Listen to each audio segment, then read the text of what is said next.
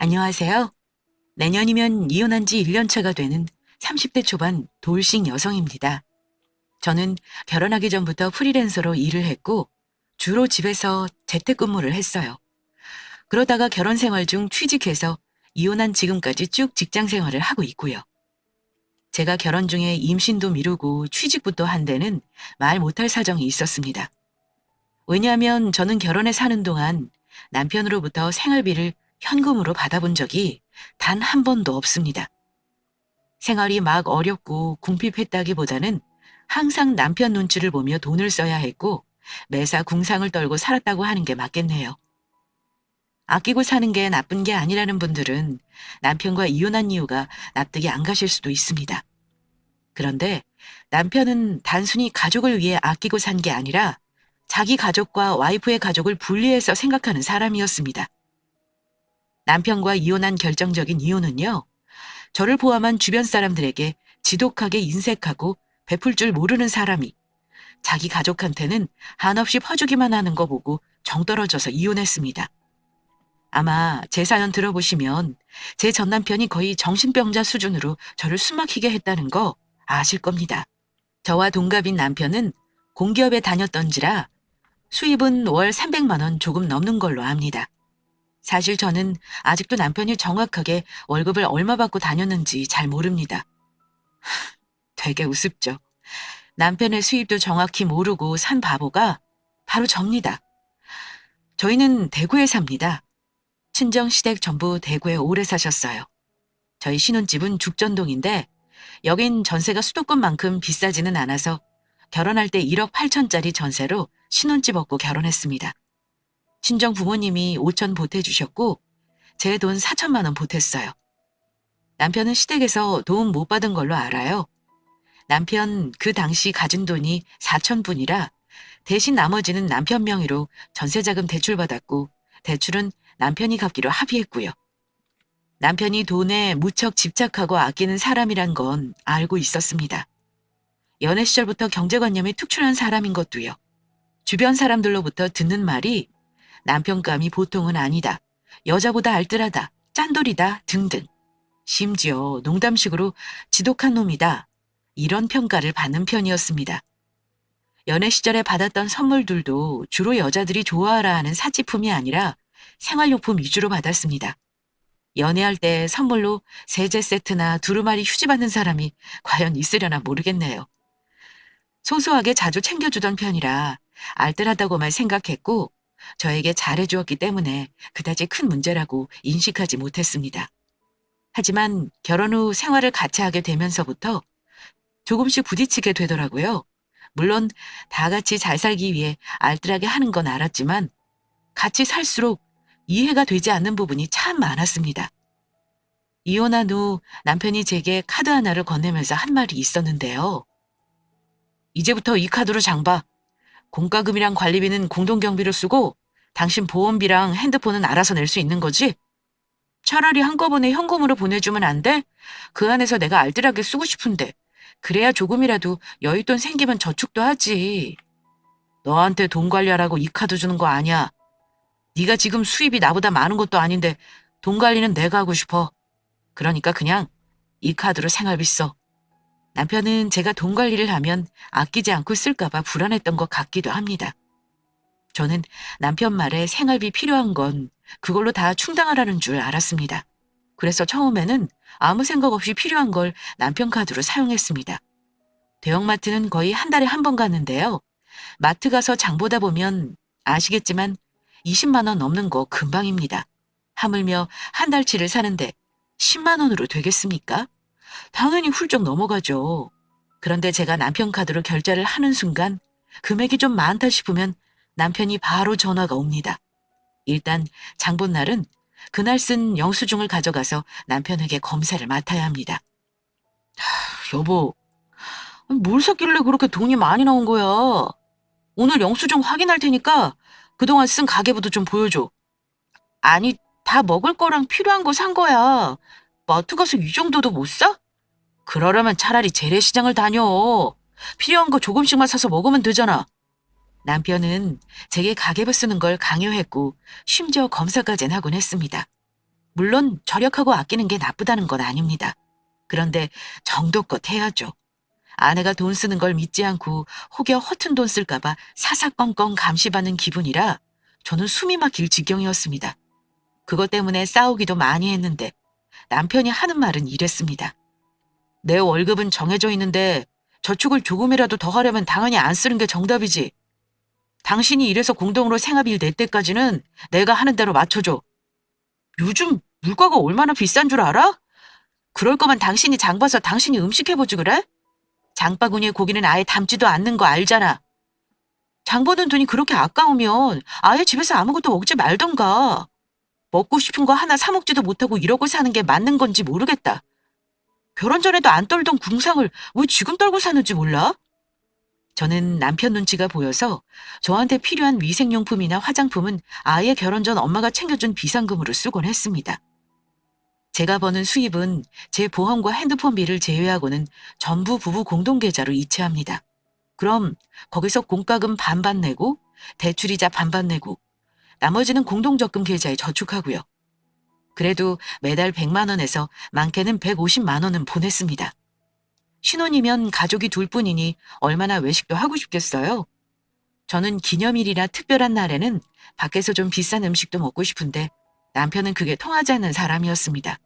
원체 한 달에 한 번 외식할 때도 집에서 좀처럼 해먹기 힘든 고기 메뉴 위주로 먹긴 했지만 매번 삼겹살만 먹고 싶은 건 아니잖아요?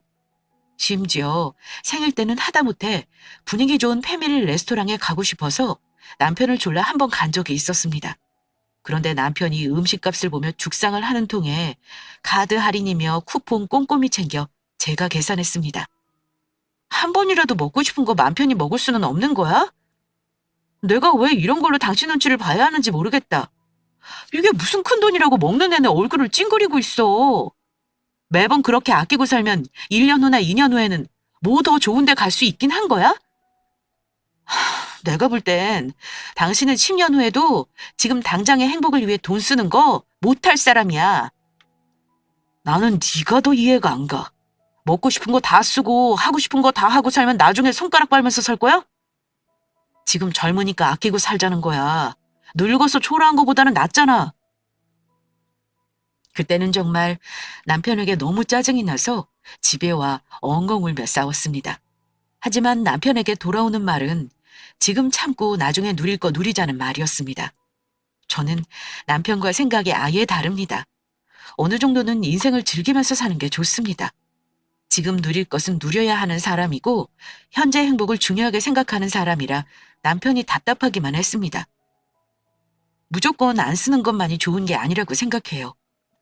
남편은 겨울에 보일러도 제대로 틀지 못하게 했는데 저는 그런 것들이 정말 이해가 안 됩니다. 추워서 감기 걸려서 병드는 것보다 따뜻하게 내 집에서 편하게 있는 게 더 좋습니다. 보일러 안 틀어서 추워 죽겠는데 돈 몇 푼 아꼈다고 저는 전혀 행복하지 않달까요? 저는 쓸 때는 써야 한다고 생각하는 사람이고 결혼 전 9천만 원 정도 모았습니다. 순수하게 제 프리랜서 소득만으로도요. 많이 모았다고 자랑하는 게 아니고 저 나름 쓸 만큼 쓰고 모은 돈이란 걸 말씀드리고 싶습니다.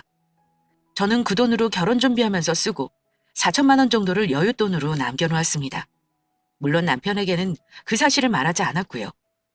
결혼하고 나서 남편이 저렇게 짠돌이처럼 구는 통에 그 비상금에서 야금야금 쓰긴 했지만 그 돈이라도 없었다면 정말 숨막혀 죽었을 겁니다. 남편이 그렇게 짠돌이처럼 구는 거는 어려운 형편의 시댁이 원인이기도 합니다. 남편 부모님은 두 분 다 경제활동을 안 하세요. 오롯이 자식들이 주는 생활비로만 생활하시는 분들이십니다. 신랑 위로 형 한 명이 더 있는데 시부모님과 같은 아파트에 사십니다. 전문직이고 능력이 있어서 남편보다 수입이 훨씬 많다고 알고 있습니다. 그런데 문제는 시부모님에게 있었습니다. 처음 결혼했을 때만 해도 몰랐는데 제가 쭉 지켜보니 가장 큰 문제가 뭐였냐면요. 바로 두 분의 씀씀이었습니다. 부모님들은 능력 없으심에도 불구하고 매달 생활비가 엄청납니다. 저한테 정확히 얘기하진 않았지만 매달 시부모님 댁 관리비는 남편이 내주고 있었고 시시때때로 시부모님이 요구하시는 현금을 남편이 드리는 것도 알고 있었습니다. 이래저래 요구하시는 돈들까지 합하면 제가 추측하건대 한 달에 100만 원 충분히 넘을 것 같았습니다. 게다가 돈 잘 버는 아주버님은 시부모님이 사시는 아파트 월세는 물론 매달 생활비까지 거의 충당해 주신다고 들었습니다. 그렇게 해줬던 이유는 같은 아파트에 살며 아주버님의 아이들 둘을 시부모님이 돌봐줬기 때문이고요. 그런데 시부모님이 쓰시는 생활비가 제가 겉으로 대충 보기에도 금액이 정말 어마어마합니다. 월 생활비는 아무리 못해도 200은 넘을 거고 가족 행사나 경조사라도 있으면 그 외에 부수적으로 들어가는 것이 엄청 많아 보였습니다. 겉으로만 보면 아마 어지간히 잘 사는 집으로 착각을 할 정도입니다. 가장 큰 문제점은 시부모님이 자식들이 주는 돈으로 자식들 돈으로 호의호식하시며 남에게 퍼준다는 겁니다. 제사도 1년에 수차례 지내고 친척들까지 일일이 불러 생일상 차려주는 건 물론 저희 부부도 한 달에 한 번은 꼭 오라고 부르시는 분들입니다. 가보면 상다리가 휘어지게 상을 차려 놓으시고요. 다 먹지도 못해 결국 버리는 것도 많습니다. 제 눈에는 자식들이 주는 돈을 당장이라도 다 써버리지 않으면 큰일이라도 날 것처럼 보일 정도였습니다. 도대체 어머니 아버지는 한 달 생활비를 얼마나 쓰시는 거야? 우리 부모님한테는 한 푼도 드리는 거 없는데 적어도 나한테는 말해줘야지. 보다 못한 제가 부모님께 들어가는 돈을 알고 싶어 남편에게 말한 적이 있는데 남편은 제 말에 발끈하기만 했습니다. 당신 돈으로 드리는 거 한 푼도 없으니까 걱정하지 마. 내 월급에서 드리는 건 간섭하지 말고. 그 돈 드린다고 우리 생활이 힘든 것도 아니잖아. 결혼했으면 부부 공동경제가 당연한 건데 당신은 금전적인 부분을 왜 나한테 투명하게 공개를 안 하는 거야? 그럼 내 수입으로 내 마음대로 우리 부모님 드려도 상관없겠네? 어떻게 말이 그렇게 되지? 내가 버는 거랑 당신이 버는 게 같아? 말 같지도 않은 소리 하지 마. 그렇게 하려면 당신 수입을 늘려서 돈을 더 내든가. 그러니까 내가 버는 돈이 얼마 없으니까 우리 부모님 용돈을 드리려면 당신만큼 벌어라 뭐 그런 말인 거야? 그게 대체 무슨 말도 안 되는 논리야? 그렇게 부모에게 드리는 돈이 많다 보니 남편은 매달 그렇게 저를 숨막히게 아끼고 살라고 하면서도 돈 없다는 소리를 입에 달고 살았겠죠. 그런데도 자기 부모한테는 얼마나 끔찍한지 모릅니다. 부모님이 지금까지 집 없이 지내는 게 자식들 학비 대고 뒷바라지 하느라 그런 거라며 당연히 부모님 노후를 자식들이 책임져야 한다고 생각하는 사람입니다. 그러다가 한번 예상치 못한 큰돈이 들어갈 일이 있었는데요. 시아버지가 넘어지셔서 무릎 슬개골이 골절되는 바람에 수술을 급하게 받을 일이 생겼습니다. 갑자기 수술비와 병원비, 간병인 비용까지 들어가야 되는데 어처구니 없는 건 시부모님은 수중에 자기 병원비 해결할 돈도 가지고 있지 않았습니다. 처음에는 아주버님에게 수술비를 내달라고 했었나 봅니다. 그런데 아주버님도 부모님 생활비 대느라 돈이 없으셨는지 남편에게 얘기를 한 것 같더라고요. 저는 못 들은 척 알아서 해결하겠지 했는데 남편이 똥마리 온 강아지처럼 주저주저 하더니 저한테 묻는 겁니다. 당신 혹시 모아둔 돈이나 비상금 있어? 저는 그 말 듣고 펄쩍 뛰었죠. 들어보니까 아버지는 본인 생활비 내실 돈도 없으신 것 같은데 나는 당초에 이 상황이 이해가 안 간다. 당신 부모님은 자식들한테 돈을 그렇게 받아서 왜 풍덩풍덩 쓰기만 하고 모은 돈이 하나도 없으시대? 앞으로 돈 들어갈 일이 한두 개도 아닐 텐데 그때마다 매번 이러시면 어떡해? 아니 어찌 보험 하나 들어놓으신 게 없어? 야, 나이 들어서 들라니까 받아주는 데가 있겠냐? 이미 일은 벌어졌는데 어쩌라는 거야. 일단 수습하고 봐야지. 너 돈 조금 있지? 나중에 갚을 테니까 300만 좀 빌려줘. 내가 돈이 없었으면 어쩌려고 그래? 분명히 말하는데 이거 빌려주는 거야. 지금은 어쩔 수 없으니까 일단 주지만 다음부터는 이런 일 안 생기도록 부모님이랑 얘기해서 대책을 좀 세워. 아니 수중에 돈 몇백이 없어서 자식들한테 손 벌리는 게 말이 되는 거야? 어쩔 수 없이 목돈을 빌려줬고 남편은 그 돈을 갚긴 했지만 할부를 몇 달에 걸쳐 갚았습니다. 시부모님 본인들은 그게 당연히 자식들이 내야 하는 돈이라고 생각하시는지 저는 고맙다는 빈말 한 번 들은 적 없습니다. 이런 식으로 본인들이 책임져야 하는 돈을 자식들에게 떠넘기는 게 일상적인 일이었고요. 저희 친정 부모님은 혹여나 자식들이 힘들까봐 용돈도 안 받으려 하시고 제가 억지로 드려도 그거에 돈 더 보태서 돌려주시는 분들입니다. 너무 비교되는 모습에 저는 시댁에 대해 환멸을 느낄 지경이었습니다. 제가 이렇게 사는 줄 처음에는 친정엄마는 모르셨습니다. 말하면 속상하시기만 할 텐데 걱정 끼치기 싫어 일부러 말하지 않았어요. 친정은 20분 거리지만 엄마가 오시기보다는 제가 주로 자주 가는 편이고요.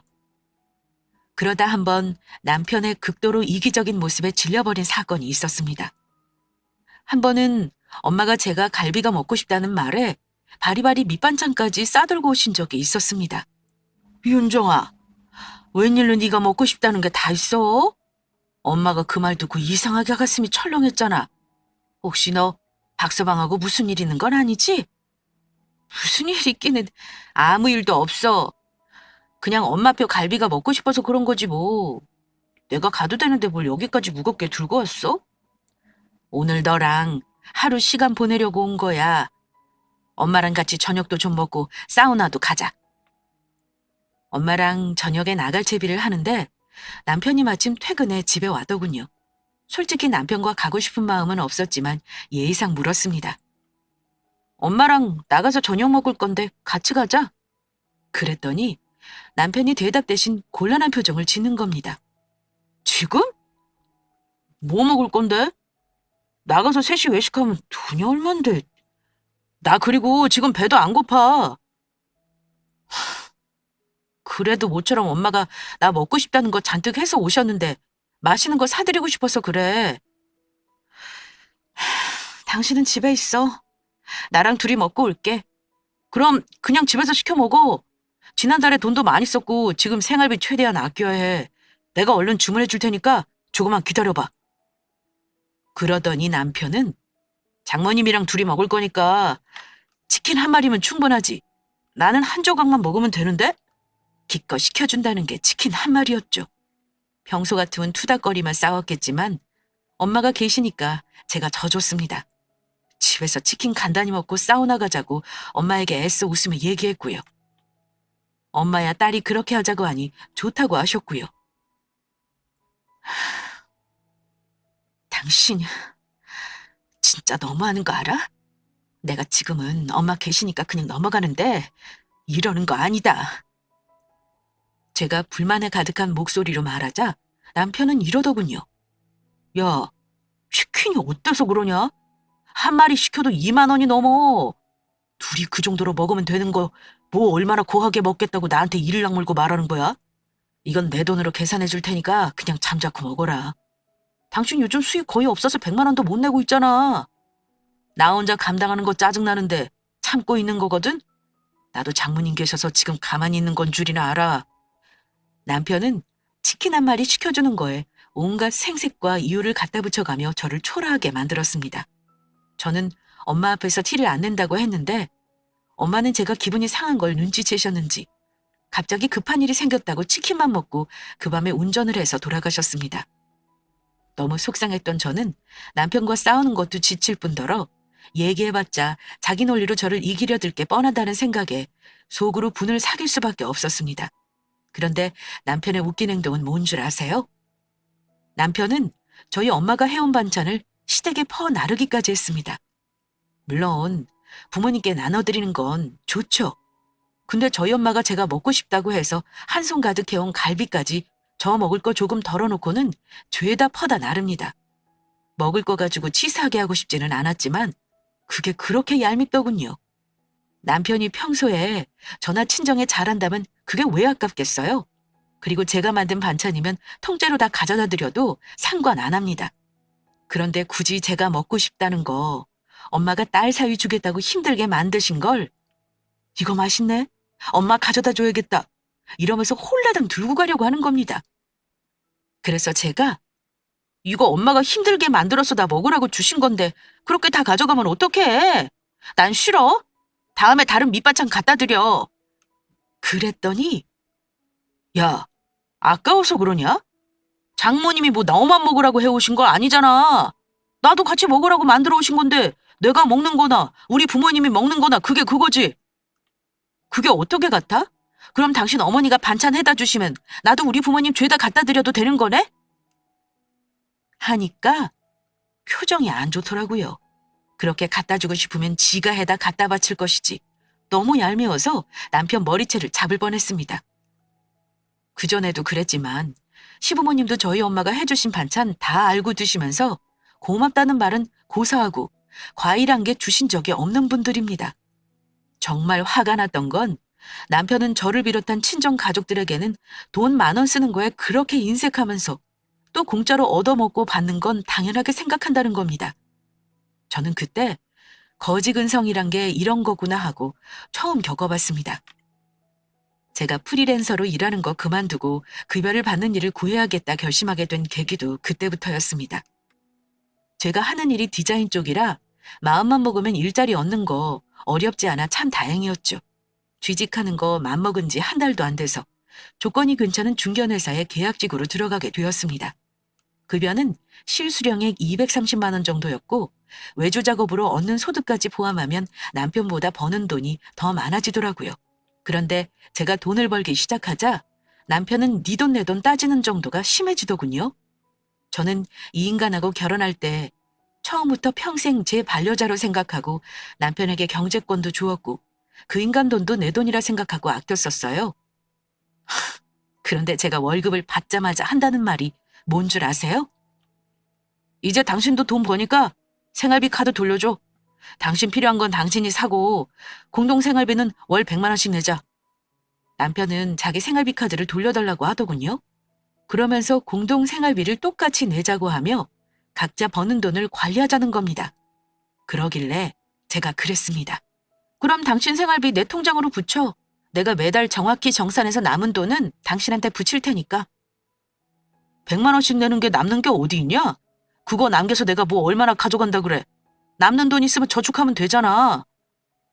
당신 말 한 번 잘했다. 결혼해서 지금껏 1년이 넘게 당신이 내 수입도 다 관리했잖아? 적금 붙는다며. 그거 싹 다 보여줘. 나도 얼마가 있는지는 알아야 할 거 아니야? 그러자 남편이 당황하더군요. 제 생각이 맞다면 모은 돈이 없을 겁니다. 있다고 해도 아마 얼마 안 될 것 같단 추측은 했어요. 아유, 일단 알았어. 그럼 100만 원은 당신한테 붙일 테니까 정산 똑바로 해라. 공동으로 내는 생활비 외에는 터치하지 말자. 남편 대답 듣고 그때 사람한테 질리는 느낌을 받았습니다. 얼마나 이기적이고 자기만 아는 사람인지 딱 알겠더라고요. 남편 말대로 저는 매달 정확하게 정산했고요. 저는 생활비를 최대한 아껴가며 악착같이 돈을 모았습니다. 그리고 그동안 친정부모님 못 챙겨드린 게 너무 죄송해서 딸 노릇 제대로 하기로 마음먹었습니다. 매달 용돈 30만 원씩 챙겨드렸고 주말이면 친정에 자주 갔습니다. 남편은 밖에 나가면 돈 쓸 일만 있다고 주말에도 집에 틀어박혀 있는 사람이라 같이 외출하자고 권하지도 않았습니다. 저는 기왕 돈을 쓴다면 기분 좋게 쓰고 싶지 얼굴 찌푸려고 하면 돈 쓰고 싶지 않았거든요. 나 오늘 친정 가서 하루 자고 올게. 엄마랑 내일 나들이 좀 가기로 했거든. 간 김에 엄마랑 아울렛도 좀 들러서 구경하고 오려고. 가서 또 돈을 얼마나 쓰고 오려고 그래? 밖에 나가면 죄다 돈인 거 몰라? 여지없이 돈 타령을 하길래 확 쏘아붙였습니다. 당신도 쓰는 거 아니니까 걱정 붙들어 매셔. 내가 버는 돈으로 엄마 아빠 점퍼 하나씩 사드릴 거야. 당신 눈치 안 보고 돈 쓰니까 너무 신난다. 그동안 우리 부모님한테 못한 효도 실컷 해야지. 허! 뭐? 당신 너무 심하게 처가만 챙기는 거 아니야? 적당히 해라. 시부모도 부모야. 당신이 그동안 시부모님만 챙겼던 거에 비하면 아직 멀었어.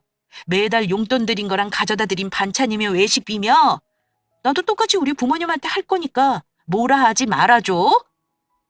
남편이 약올라 하는 게 뻔히 보이는데 그러거나 말거나 저는 아랑곳하지 않았습니다. 예전 같으면 돈 10,000원 쓰는 것도 남편 눈치를 받겠지만 자기 돈을 번다는 게 이렇게나 신나는 일이 되더라고요. 그 후로도 저는 제가 먹고 싶은 거나 입고 싶은 거 있으면 망설이지 않고 돈을 썼습니다. 그래봤자 사치 부리는 수준도 안 되었고요. 남편은 제가 친정 식구들 챙기고 돈 쓰는 게 아마 속으로 엄청 못마땅했던 것 같습니다. 남편과 버는 돈을 각자 관리하기 시작하면서 부부 사이는 점점 더 멀어졌고 저도 남편에게 실망감이 커져가기만 했습니다. 심지어 이런 결혼 생활을 계속 유지할 필요가 있을까 하는 생각도 들었고요. 이렇게 너는 너, 나는 나 살 거면 굳이 스트레스 받으면서 같이 살 이유가 없을 것 같았어요. 그러다가 결정적으로 제가 이혼을 결심하게 된 사건이 터지고 말았습니다. 시부모님이 저희 집 근처에서 지인과 만남이 있으신 김에 집에 들르고 싶다며 일하는 도중에 전화를 받았습니다. 집에 음식을 준비해 놓은 것도 없는데 사정상 회사에서 조퇴할 수 있는 분위기가 아니었고요. 최대한 빨리 일 마치고 뭐라도 사서 가는 게 나을 듯 싶기도 하고 차라리 외식을 할까 싶어 남편에게 연락했습니다. 집에 먹을 게 없는데 차라리 외식하는 게 어때? 당신은 돈 아까워서 싫으려나? 그럼 어머님 아버님 드시고 싶다는 걸로 당신이 좀 사와. 내가 알아서 사갈게. 어머니가 드시고 싶다는 거 있어서 지금 사서 가는 거야. 당신은 일 마치는 대로 그냥 집에 와. 이미 먹을 걸 준비해오고 있다는 말에 저는 빈손으로 집에 갔습니다. 부랴부랴 퇴근해서 집에 도착했는데 이미 남편과 부모님은 와 계셨습니다. 남편은 저를 보더니 턱끝으로 식탁 위를 가리키며 이러더군요. 이제 왔어? 내가 대충 상 차릴 테니까 당신 옷 갈아입고 저거 포장 풀어서 구워. 시간 절약하게 조리된 거 사오라니까 고기를 사온 거야? 저는 남편이 삼겹살이나 목살을 사왔나 했습니다. 그런데 식탁 위에 놓인 것은 예사롭지 않은 포장이었습니다. 보자기를 풀어보니 최상 등급 한우였고 못해도 몇십만 원은 줬을 것 같더군요.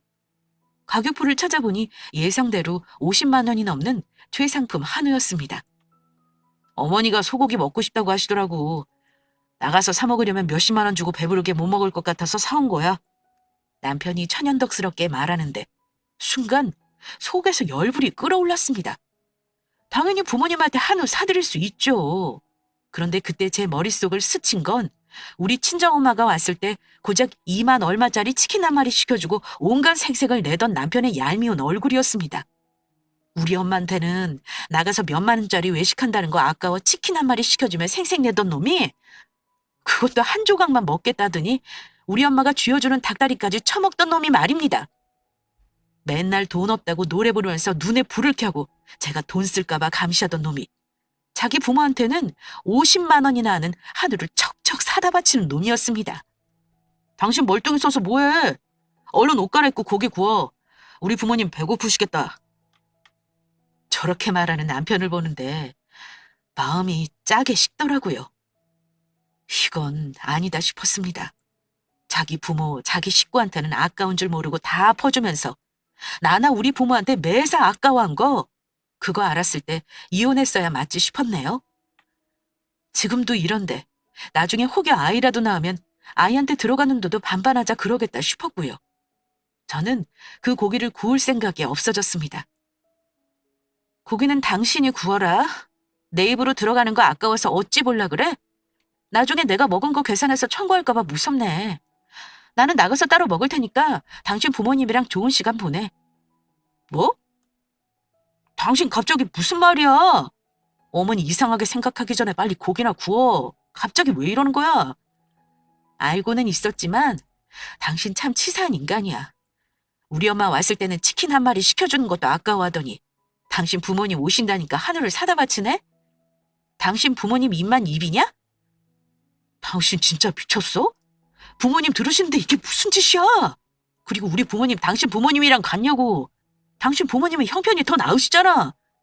형편이 안 낫고 낫고가 중요한 게 아니라 문제는 당신 마음 씀씀인 거야. 내가 왜 화나는지 아직도 모르는 거 보니까 당신은 영 가망이 없다. 오늘은 내가 일단 자리를 피할게. 우리 이혼하자. 자세한 건 당신 부모님 가시고 얘기하는 게 낫겠어? 저는 시부모가 계시건 말건 상관없었습니다.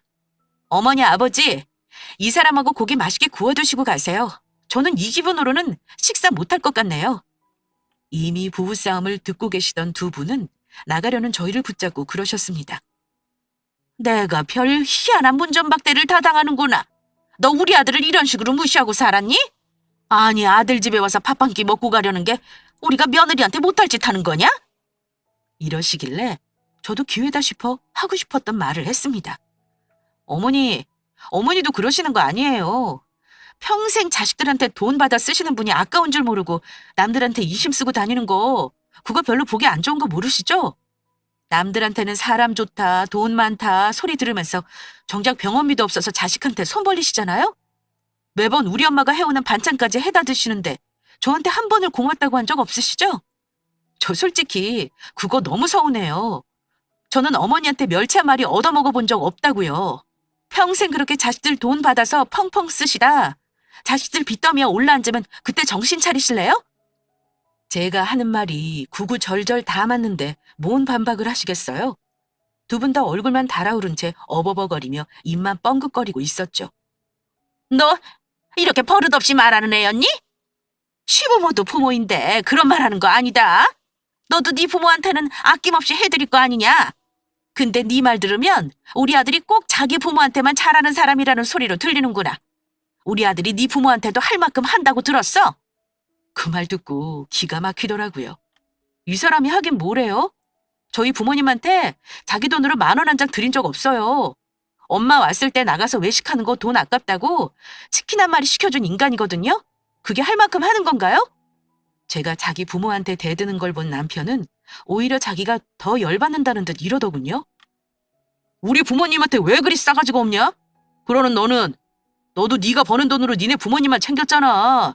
시부모는 부모도 아니냐? 너도 나한테 똑같이 치사하게 군 건 모르나 봐?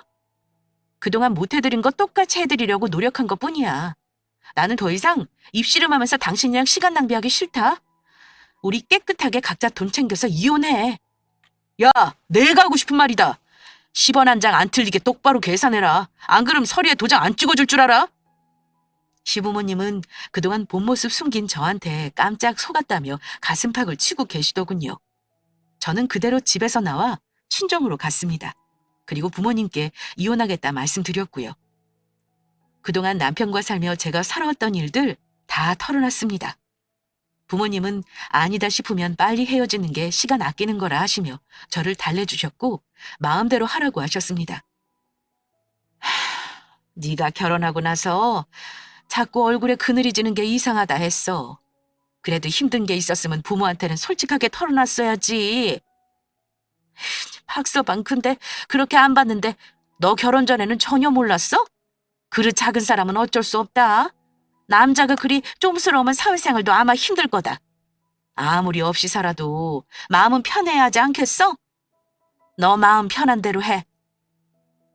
그냥 절약 정신이 투철한 줄만 알았지. 저렇게 네 가족 내 가족 따져가면서 돈 쓰는 사람인 줄은 진짜 몰랐어.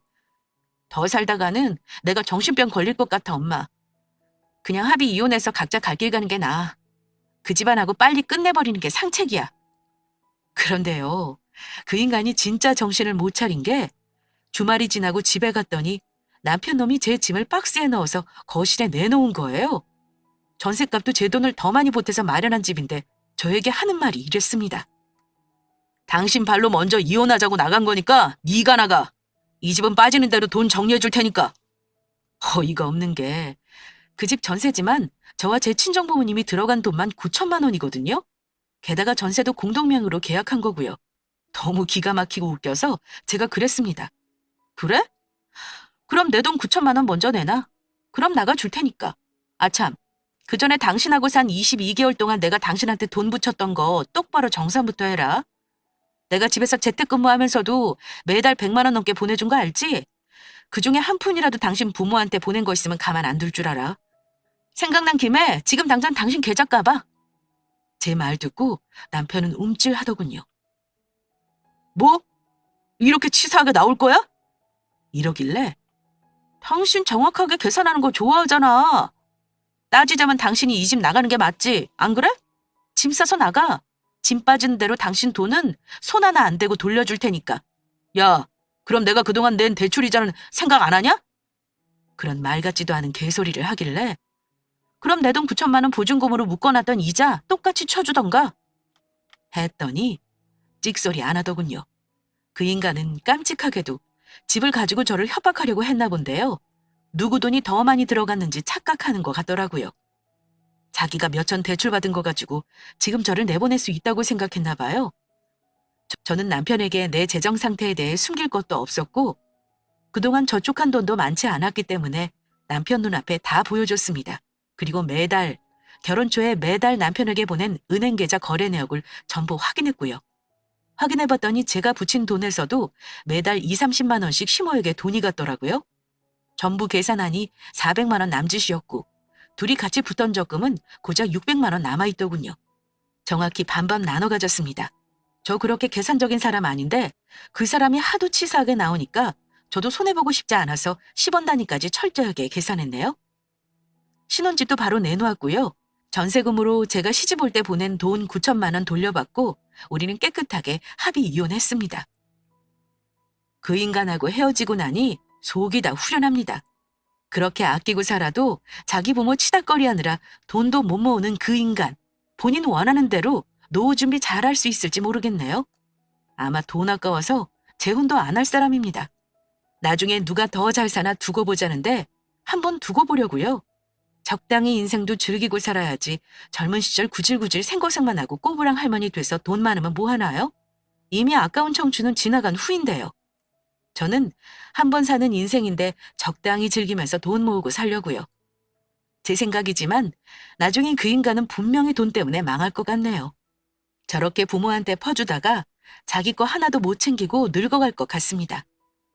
자기 옆에 소중한 가족한테 돈 쓰는 거 아까워하고 그놈의 잘난 돈 아낀답시고 문화생활 한번 제대로 못하고 사는 게 얼마나 어리석은 건지 모르니까요. 제대로 된 거 하나 편히 못 누리고 살면서 평생 돈 많은 거지로 살지 싶어요. 남편이 바람을 피운 것도 폭력을 쓴 것도 아니지만 저는 이런 이유로 이혼했습니다. 가족 중에 비슷한 사람 있는 분들은 알 겁니다. 제 남편이 얼마나 신박한 정신병자 유형인지 말입니다. 같이 살면 옆에 있는 여자 말려 죽이는 스타일이거든요. 어쨌든 오늘 제 사연을 이렇게 털어놓는 것을 끝으로 훌훌 털어버리고 행복을 위해 열심히 살겠습니다. 여기 계신 지혜로운 구독자분들도 너무 먼 미래를 위해 현재를 희생하지 마시고 인생 즐기면서 사시길 바랍니다. 그러자고 돈 버는 거잖아요. 옆에 있는 네 사람, 네 새끼들 다 같이 행복하게 지내는 거 늘 고민하시길 바라며 제 사연은 여기서 마치겠습니다. 감사합니다.